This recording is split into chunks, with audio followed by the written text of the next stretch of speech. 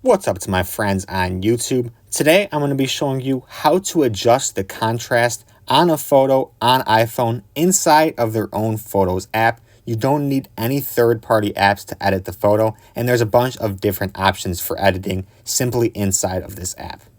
So go ahead, go to your camera roll and select the photo that you want to edit and adjust the contrast on.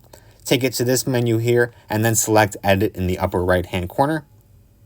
It'll take you to this menu where there are all sorts of different editing options you can go for.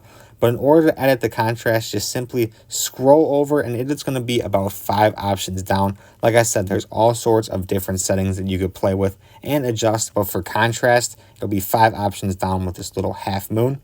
What you're going to do is you're going to click on that half moon itself, and it will bring up a slider right down below it where you can adjust the contrast of the image.